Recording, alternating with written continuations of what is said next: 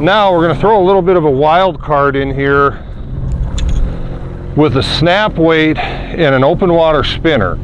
And this is something that I've been playing with and just kind of getting it perfected for this year. JB Lures will be coming to market with this in the near future, sometime 2017 it should be available, maybe late fall of 16 in a limited supply. But what I've done to keep things simple too is I'm just running this off my typical Fireline crankbait rods. I've just taken my snap that I typically run a lure to, run a snap swivel in it so it can spin. I don't need to retie anything. Running these in that 6-7 foot type length range. You can see we're running a large bead pattern on that. And something very unique about this, and this is proprietary to JB Lures, is they have what they call their ventilator blades. And if the camera will pick this up, you can see there's two small vents in that. And it's a number 5 Deep Cup Colorado. This particular blade's in hammered silver. You can see the vents there as well. And this does a couple things for a guy. One, it creates some turbulence in the water as it pushes the water through those vents.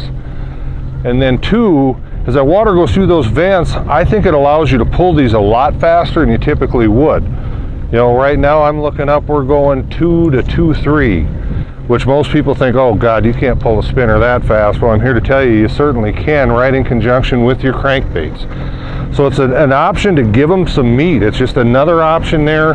Doesn't work every day, but I tell you, when you can get these fish going in open water on these spinners, and it's something that's rarely heard of in the Missouri River reservoirs like we're on in Oahe here, you're really onto something. And it's something I'll guarantee you that very few, if anybody, very few folks are doing out here in the reservoir. Now the way this is set up is I've got a larger slow death hook here, super death hook. We're going to thread them on there like you typically would a slow death crawler, and you can see it's followed by 2 sickle hooks here. And what we're going to do is we're going to let this whole thing trail out. I do not hook those in the back hooks. We just let the whole thing trail out. What that'll do, it'll allow that worm to rotate like it should without any impedance from these hooks. And these hooks will trail exactly where that fish is going to strike anyway. And not only does it allow the worm to do its job, I personally think these hooks swing freer and they'll swing into the fish's mouth better, and I think your hooking percentages are actually higher. Then what I do is just simply snap this snap weight just above your snap swivel. You don't need long leads. That's just, you know, I personally think it's way overdone.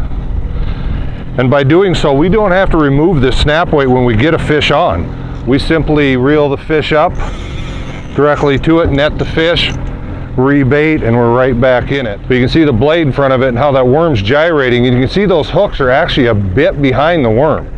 So that fish is going to get caught. Like I say, once again, I personally think it hooks a fish much better than if you hooked it in the worm, and the action is just so much better.